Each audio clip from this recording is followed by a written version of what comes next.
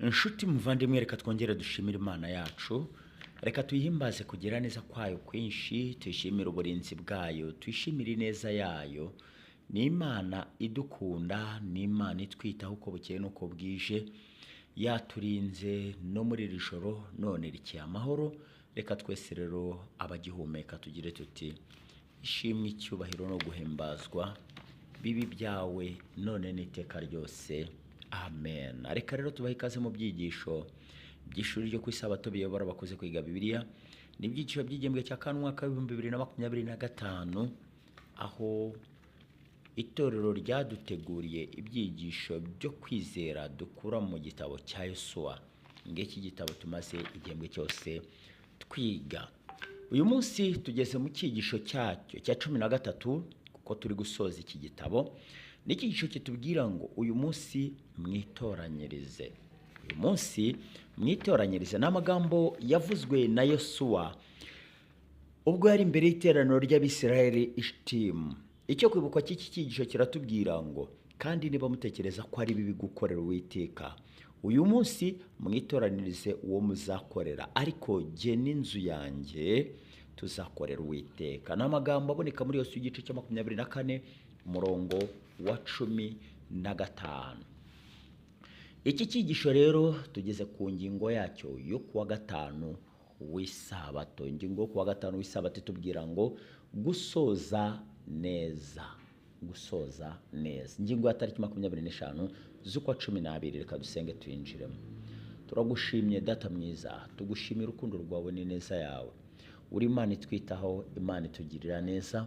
Reka iri jambo ryawe dukomeje kwiga urikomereze muri twebwe, ritureme,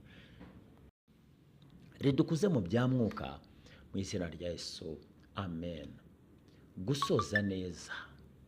Gusoza neza. Umuntu ashobora gutangira ikintu, ariko burya gutangira no gusoza ni ibintu bibiri bitandukanye. Iyo watangiye ntusoze icyo watangiye neza, ntabwo biba ari byiza. Ni byiza rero yuko icyo watangiye ugisoza kandi kigasozwa neza. Icyigisho cyacu gishingiye muri Yosuwa igice cya 24 umurongo wa 29, ahari amagambo atubwira ngo nuko hanyuma y'ibyo Yosuwa mwene Nuni umugaragu w'Uwiteka ahera ko arapfa. Yari amaze imyaka 110. Bamuhamba mu rugabano rwa gakondo ye Itimunasitera mu gihugu cy'imisozi miremire ya Efurayimu, ikasikazi y'umusozi wa Gashi.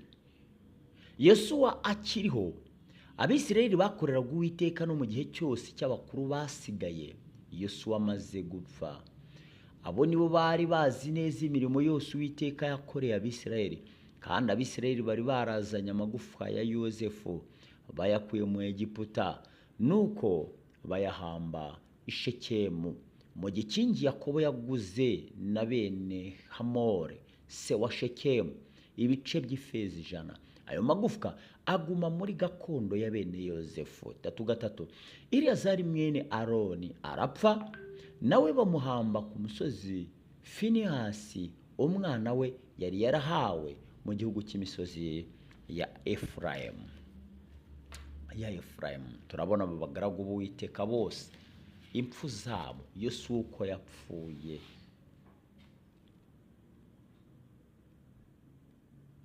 Rero icyo batubwiye,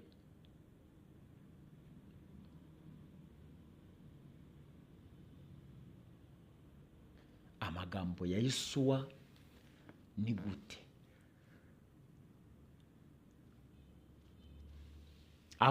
Atavuga gusa iby'imibereho y'igihe cyatambutse, ahubwo anavuga iby'imbere by'imibereho y'igihe kizaza.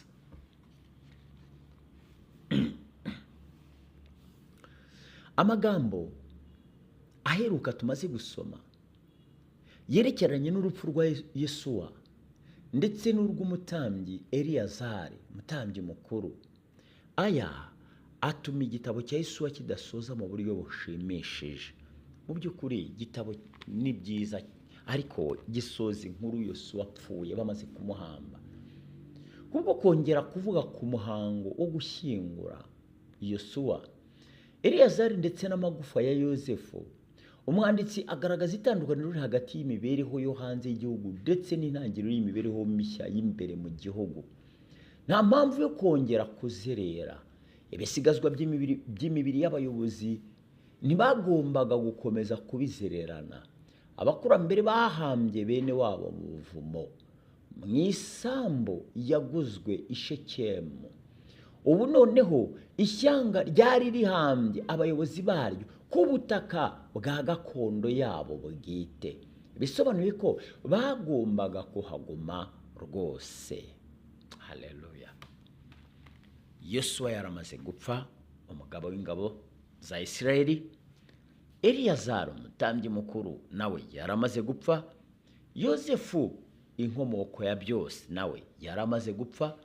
Abo bose none isezerano ryasabaga nk'uko Yozefu nawe ubwe yari yarabisabye ishyanga yuko batazamuhamba ishyanga ahubwo azahambwa mu gihugu.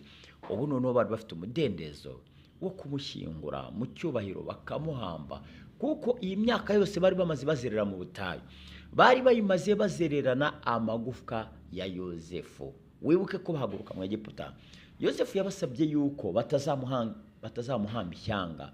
Icyo rero cyatumye bagendana amagufa yuko bukeye nuko bwije, kandi arinzwe afashwe neza kugeza ubwo bageze mu gihugu cy'isezerano. Ubu rero bari babonye uburenganzira bwo kumushyingura.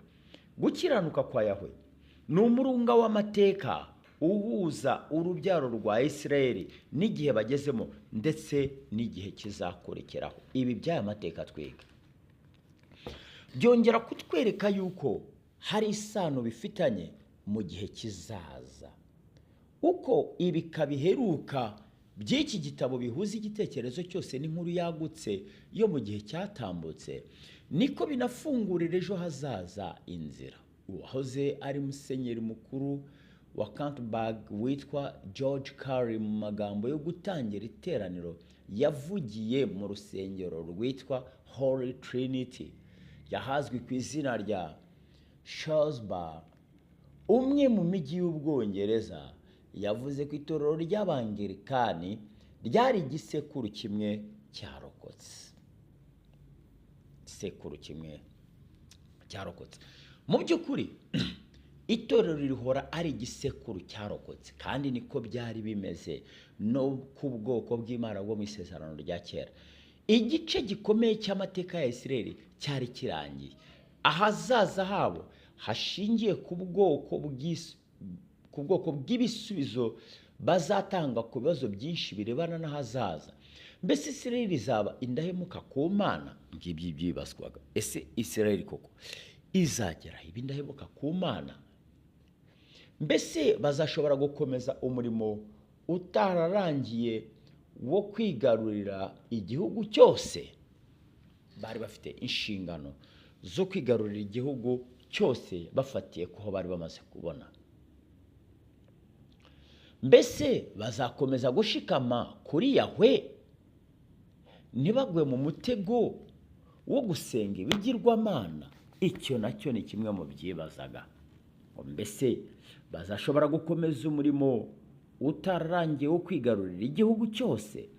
Mbese bazakomeza gushikama kuri Yahwe ntibagwe mu mutego wo gusenga ibigirwamana? Igisekuru cyari cyobowe na Yosuwa cyabaye indahemuka ku Uwiteka, ariko si igisekuru cyakurikiyeho nacyo cyajyaga gukurikira icyo cyerekezo cy'ibyamwuka, cyangwa cyatangijwe n'umuyobozi wacyo ukomeye. Igisekuru cyose cyakurikiraga icyakibanjirije cy'ubwoko bw'Imana kigasoma igitabo cya Yosuwa kigomba gusakirana n'ibyo bibazo.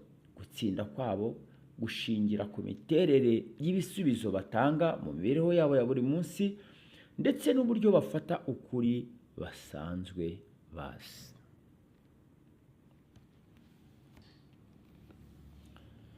Yosuwa rero kimwe na Pawulo barwanye intambara nziza, barenze ibyo kwizera, babikiwe ikamba ry'ubugingo gusa. Ariko nk'uko Pawulo abivuga, si ikamba ry'ubugingo ryabo bonyine, ahubwo abakunze kuzaboneka ku Mukiza wacu bose, abo bose hatavuyemo n'umwe bazahabwa ibihembo bishimishije. Ni irihe banga rero ryo kunesha kwa Yosuwa? Iyo utekereje ubona ari iki cyabashije Yosuwa kunesha? nibihe byemezo ukeneye gufata uyu munsi kugira ngo nawe uzarangize urugamba ufite ibyiringiro by'agakiza? Tekereza nshuti y'umuvandimwe, nibihe byemezo ukeneye gufata kugira ngo urugendo rwawe rw'iby'umwuka uzarurangize uhawe agakiza?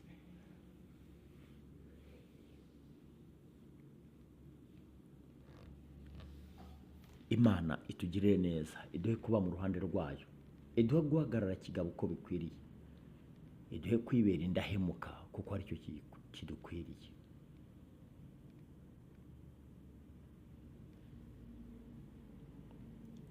Turagushimira Data mwiza, tugushimira urukundo rwawe n'ineza yawe. Uri Imana ikomeye itwitaho, uri Imana igira ubuntu.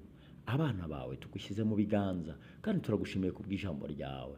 Reka rero Data, uko dupfukamye tugusenga, uko tukwiyambaje Data, ujye twumva dutabara. Abana bawe tubagushyize mu biganza, abadamu batwite ubagirire neza, ubarindire imbuto wabahaye.